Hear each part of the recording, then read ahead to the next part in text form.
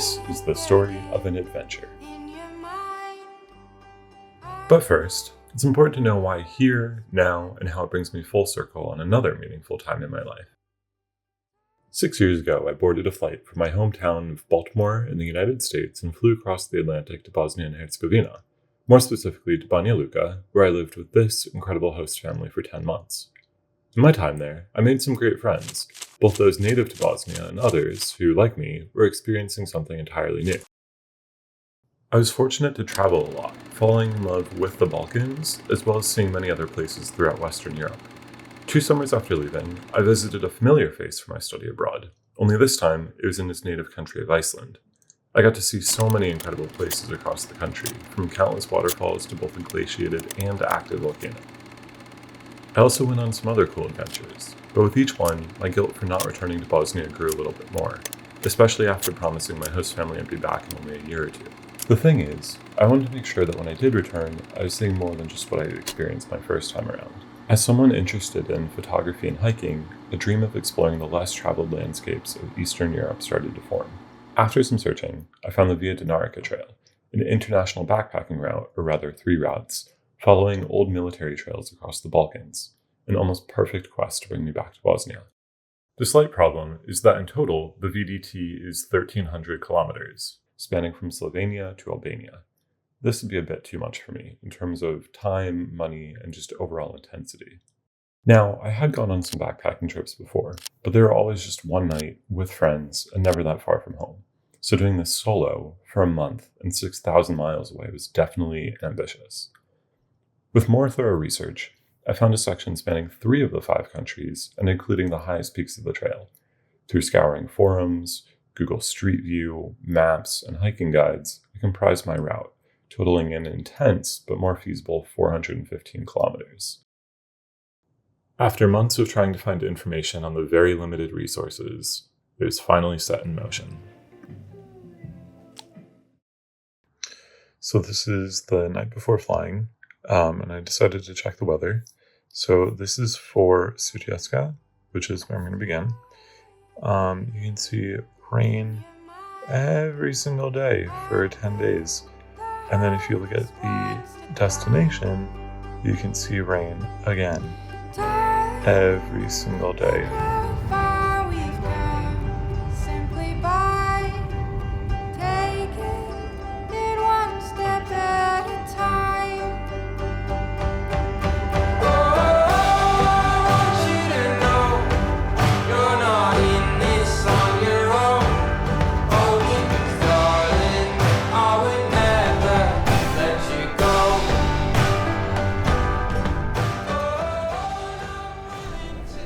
So it's the next day, last day in Banja Luka. Quite excited to go to Sarajevo. I'm currently sitting on a balcony of a restaurant, but looking at the hills around Banja Luka that I can see from the balcony here.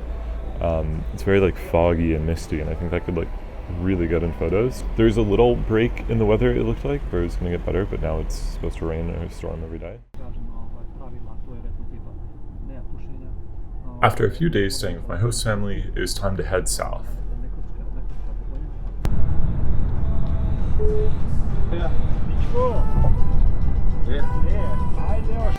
So, looks like the adventure is about to begin. I made it here early.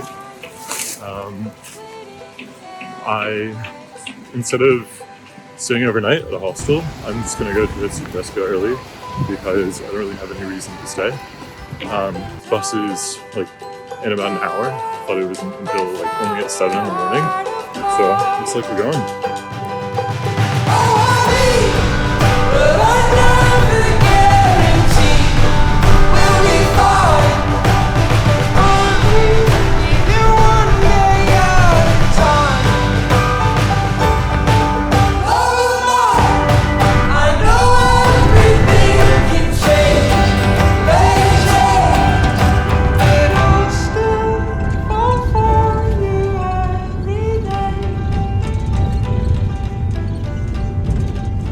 So, just got off the bus. Absolutely beautiful. But this is the national park area. But It doesn't look like anybody's here. Actually, it looks like it was abandoned 20 years ago. It's early in the season, but I've been emailing the people and they've been responding. So I don't really know. Kind of a strange start. So I made it to the World War II memorial, and I talked to the Slovenian people right there taking pictures. And it turns out people here are on a general strike. So definitely not sleeping in a hotel tonight. Probably not getting real food, which is fine. So I'm probably gonna go to the spot where I was gonna stay tomorrow night and then start hiking the next day, because I think it should be really pretty. I got here early, so it's only, I think, like 4 o'clock now. 4, almost 4:30. But I'm just gonna take a few pictures here and then go fill up water, which is going to be very heavy, and then keep on walking.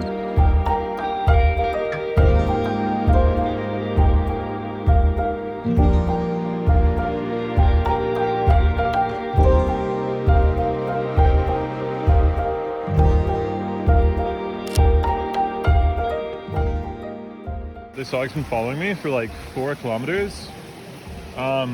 He's at the abandoned, or the building that was on strike, and he's just been following me on a road.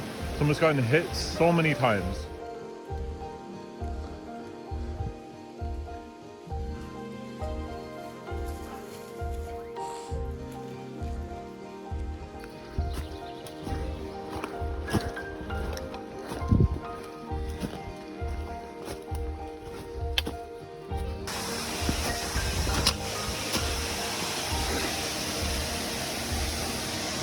I'm okay.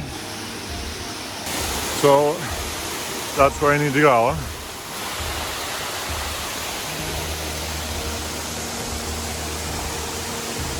What the?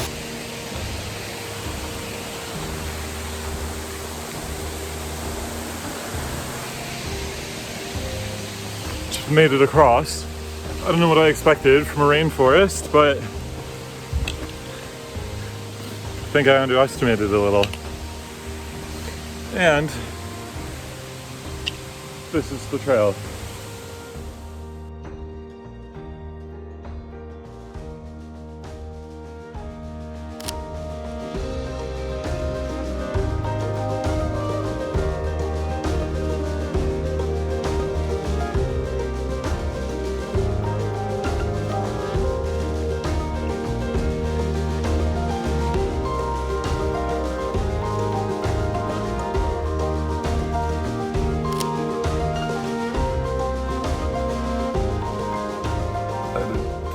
Sleep. In fact, I think I probably slept maybe about 15 minutes every hour, and then I would just wake back up. I couldn't sleep with the wind, and I think a little stressed and things. But I don't think I've ever had a view like this. Actually, I know I haven't, and it makes it also worth it, but also pretty fucking incredible that today's only the first day. And not even the first day, because I technically haven't started the trail that I'm planning on. But I have all my shit in here. I wasn't eating. I hung food, and all the other food is in an odor-proof bag. But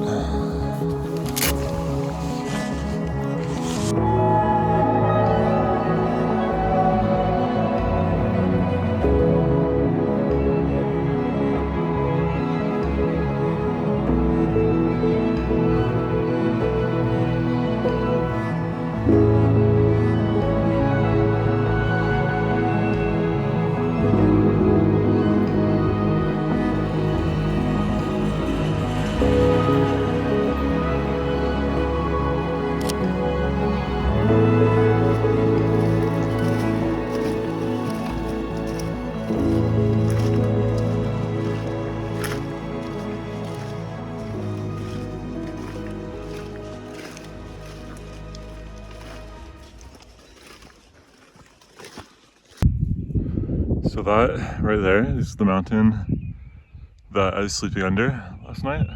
Walked all the way over here. This is supposed to be a lake. Fortunately, I just got water, so I don't have to, I might not have to worry about that. If any of you are wondering about the dog, he is with me up until 5 minutes ago. He went off chasing some chamois.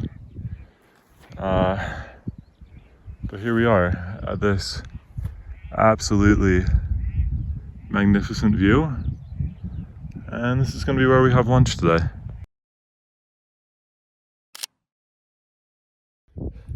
So right here, it's the width of the trail, but the view is insane. I think that in the distance, the snow cap, that's Maglic, which is supposed to climb in 2 days. Not only does it look so far away, but it's a lot more snow than I was expecting. So we might need to skip it because I couldn't find micro spikes or crampons. But for now, still got a ways to go to get up here.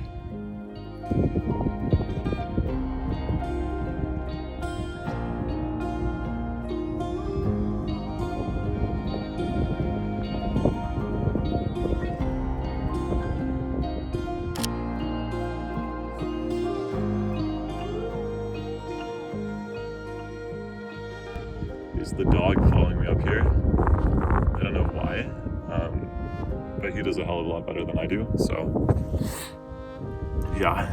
But gonna sit here. It's only 2 o'clock now, and I'm not doing any other hiking. This is where I'm gonna start my VIA DINARICA tomorrow.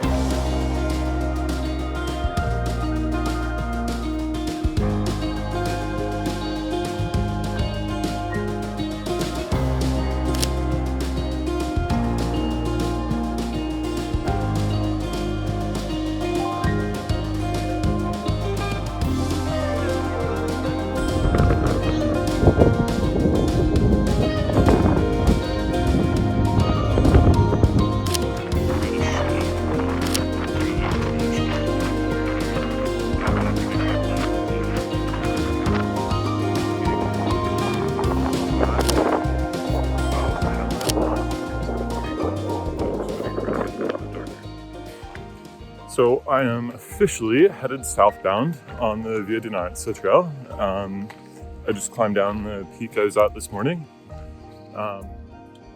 So here's a bit more clear of an explanation over what was going on. My power bank for charging my phone died overnight in the cold, to where I had to ration using my phone for maps. While I did have a printed map and waypoints on my Garmin, it was incredibly difficult to navigate the unmaintained trails, and also probably not very safe. Additionally, I found out that the trail leading through Sutjeska to Maglic, which is the main peak, is only supposed to be completed with a guide, which is not possible when everybody is on strike, and something you can't account for when there's no information online. Also, something not clearly explained is the border crossing situation. With many blogs saying that it's okay just to cross from Bosnia to Montenegro without paperwork, it isn't technically legal. And though you can get papers, you can only do so when the national park system isn't on strike. With all signs pointing to needing a different plan, I decided to go back to where I got dropped off and try and get a bus to a town, and then take a taxi through a border crossing and pick up the trail in Montenegro.